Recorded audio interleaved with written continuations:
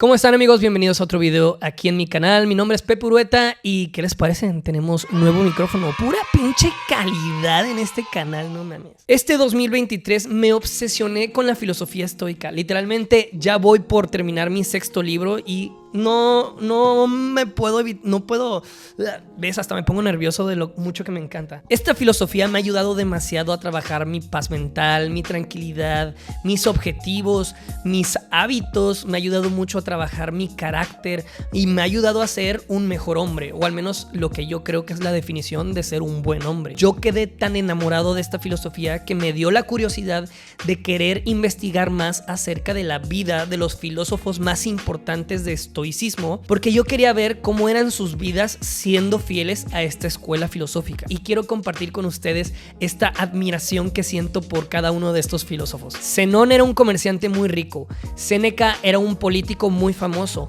Epicteto era un esclavo que consiguió la libertad y Marco Aurelio fue uno de los emperadores más grandes y más importantes de la historia. Sus vidas no pudieron haber sido más distintas y sin embargo cada uno de ellos abrazó el estoicismo como una guía para poder vivir una buena vida y para afrontar sus adversidades. Comencemos con Zenón de Chipre, el primer estoico, y digo el primero porque él fue el que literalmente creó la filosofía estoica. Zenón vivió alrededor de los años 300 a.C.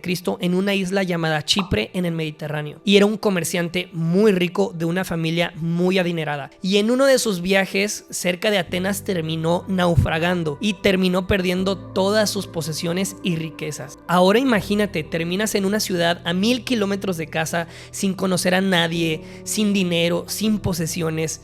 Cualquiera se hubiera desesperado con esa situación y hubiera maldecido su vida. Y podemos pensar que Zenón también se sintió de la misma manera. Sin embargo, ocurrió algo que hiciera que esa situación se convirtiera en el trabajo de la vida de Zenón y en su legado. Sin nada más que hacer, terminó vagando por una biblioteca donde descubrió el trabajo de Sócrates, y al interesarse mucho sobre la filosofía comenzó a vagar por la ciudad para poder aprender de los maestros filósofos de ese entonces. En esa época había muchas escuelas de filosofía. Estaba la escuela de Sócrates, la academia de Platón, estaba la escuela de los cínicos, la escuela de los epicureos, y todos competían entre sí. Así que Zenón dijo: ¿sabes qué? Yo aprendí mucho de mi tragedia, así que chinga su madre, yo también voy a empezar mi escuela de filosofía. Así que Zenón comenzó a pararse en un pórtico en el centro de Atenas, la cual llamaban la Estoa Pintada.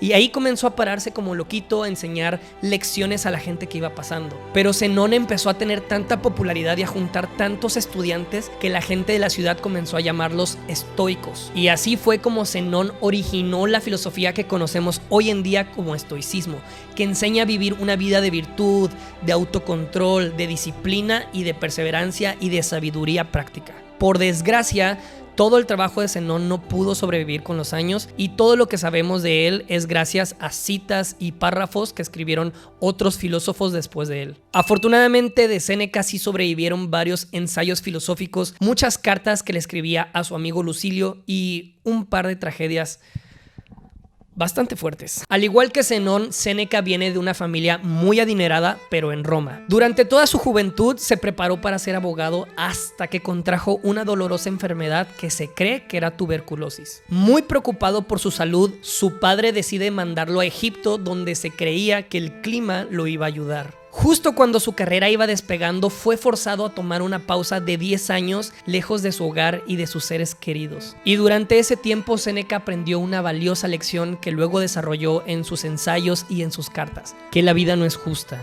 que la vida tiene giros inesperados, que la vida a veces nos golpea de una forma muy cruel, y sin embargo, todo lo que podemos hacer es saber elegir cómo responder ante estas situaciones. Finalmente, Séneca decide regresar a Roma, donde continúa con sus estudios de abogado y poco a poco comienza a escalar hasta la cima de la política romana, donde se dice que se convirtió en un senador superior a todos los demás, el más sabio, el más brillante, el más admirado. Pero fue eso mismo lo que le terminó trayendo varios problemas. Séneca se convirtió en una figura tan influyente en Roma que terminó enemistándose de 2 emperadores. Primero, del emperador Calígula, que lo mandó a envenenar, pero afortunadamente Séneca sobrevivió, muy enfermo, pero sobrevivió. Y por segunda vez del emperador Claudio, que lo mandó a exiliar a una isla en el Mediterráneo. Pasado un tiempo, Séneca recibe un perdón de su exilio para poder regresar a Roma y ser tutor de un joven de 16 años que estaba en la línea de ser el siguiente emperador. Séneca se convierte en su maestro de filosofía y este joven con el tiempo se convierte en el siguiente emperador. Por desgracia, uno de los peores emperadores de la historia, el emperador Nerón. Y Nerón manda a exiliar a Séneca. En esta tercera ocasión, Séneca finalmente decide retirarse de la política y vivir una vida tranquila. Y pasa sus últimos años escribiendo sus trabajos más influyentes. Pero... no mames, es que pobre Séneca, güey, neta. Por desgracia, Nerón termina descubriendo una conspiración para asesinarlo y terminó capturando a todos los culpables. Pero dentro de su neurotismo termina metiendo también a la gente que le caía mal, incluyendo a Séneca. A pesar de ser inocente, el emperador Nerón manda asesinar a los familiares y a los amigos más cercanos de Séneca. Nerón después manda a sus soldados a buscar a Séneca en su exilio y lo trae a la fuerza a Roma, donde lo condena a suicidarse cortándose las venas. Pero por desgracia esto no funciona debido a que Séneca ya es muy flaco y muy viejo como para morir desangrado. Así que el emperador Nerón lo manda a envenenar, pero esto tampoco funciona. Así que deciden meterlo en una bañera de agua hirviendo, donde finalmente pierde la vida. Se dice que Séneca recibió la muerte de la misma forma en la que lo hizo Sócrates en su momento, de forma digna y apegado a su filosofía, de tal forma que su muerte terminó siendo inspiración para muchas obras de arte y para otros filósofos como Epicteto, que tampoco tuvo una vida sencilla. No se sabe nada sobre la familia de Epicteto, ya que este nació siendo un esclavo, y la esclavitud en Roma era brutal. En ese entonces los esclavos podían conseguir su libertad hasta que cumplieran los 30 años de esclavitud. Pero fíjense cómo es el destino, porque de pura coincidencia Epicteto terminó siendo comprado por un secretario del emperador Nerón y lo ponen como sirviente en la corte del emperador, donde se cree que pudo haber conocido a Séneca. De por sí la esclavitud es demasiado injusta, pero el secretario que compró Epicteto terminó siendo un violento y sádico depravado que le encantaba torturar a Epicteto. Hubo un punto en específico en el cual marcó mucho Epicteto, porque luego habla mucho de esto en su trabajo, en el cual su amo lo tortura de una forma que comienza a girar su pierna hasta romperla en dos, dejándolo cojo el resto de su vida. Epicteto usa mucho esta experiencia en su trabajo para decir que su discapacidad es un impedimento para su pierna, sin embargo no es un impedimento para su mente. Epicteto comenzó a estudiar filosofía bajo la tutela de un maestro que se llamaba Musonius Rufus, quien aceptaba a mujeres y a esclavos en sus clases, cosas que en esa época no se hacía. Epicteto y Rufus terminaron siendo muy cercanos, al punto que cuando Epicteto finalmente consiguió la libertad, a Rufus lo exiliaron, cosa que le pasaba a todos los filósofos en Roma, y Epicteto decidió irse con Rufus hasta Nicópolis, Grecia. Epicteto comenzó a enseñar estoicismo por su cuenta y se convirtió en uno de los mejores maestros filósofos de su época. Era tan bueno que causó la admiración del emperador Adriano, quien iba de repente a sus clases. Y Adriano tenía en muy alta estima a Epicteto. Es que imagínense, un emperador romano admirando a un exesclavo. Y no fue el único emperador a quien inspiró. Todo el trabajo que conocemos hoy en día de Epicteto viene gracias a que uno de sus estudiantes escribió todos sus discursos. Y dichos discursos terminaron en las manos de una de las personas más importantes e influyentes de la historia. Uno de los 5 aclamados grandes emperadores de Roma, el emperador filósofo Marco Aurelio. Y la vida de Marco Aurelio,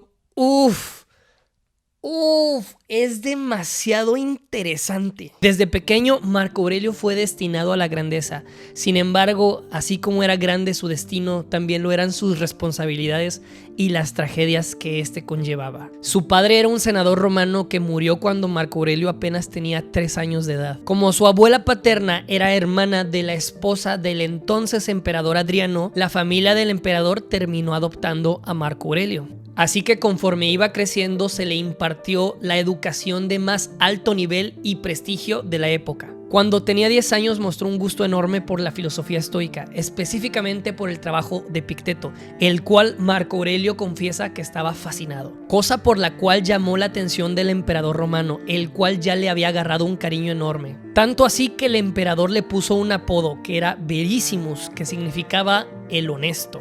A sus 17 años de edad, debido a su reputación de honesto y a sus excelentes logros académicos, el emperador Adriano vio su potencial y comenzó a planear el extraordinario futuro de Marco Aurelio. En el año 138, el emperador Adriano designó como heredero del imperio a un hombre llamado Antonio Pío, con la única condición de que éste adoptara a Marco Aurelio para que fuera designado como el siguiente en la línea sucesoria. Y Antonio Pío cumplió con su palabra. Así que para los 19 años de edad comenzaron a preparar a Marco Aurelio para ser el siguiente emperador después de Antonio. Y al llegar el año 161, Marco Aurelio fue nombrado emperador y gobernó su imperio bajo su filosofía estoica. Suena bastante increíble, pero así como dijo el tío Ben, un gran poder conlleva una gran responsabilidad. Marco Aurelio vivió toda su vida con un dolor crónico abdominal, con una enfermedad pulmonar y con fiebre constante. Defendió su imperio por 19 años de guerras constantes en sus fronteras. Levantó a su imperio de una depresión económica. Tuvo que lidiar con la traición de un amigo que le quiso arrebatar el poder y aún así le perdonó la vida. Vio morir a 8 de sus hijos y a su esposa antes que él. Y levantó al imperio durante la peste antonina que mató a 5 millones de personas en Europa. ¿Cómo lo hizo? ¿Cómo pudo levantarse ante la ocasión? ¿Cómo pudo lidiar con tan duras responsabilidades? ¿Cómo es posible que tanto poder desde tan joven, en lugar de corromperlo como lo ha hecho con otros líderes, lo hizo mejor persona? Bueno, gracias a varios historiadores y a su propio diario podemos saber la respuesta. Gracias a su devoción por la filosofía estoica, aceptaba la realidad tal como era y como se iba presentando. Se deshizo de su ego y fue muy cuidadoso con la elección de su personal. Escuchaba los consejos de su staff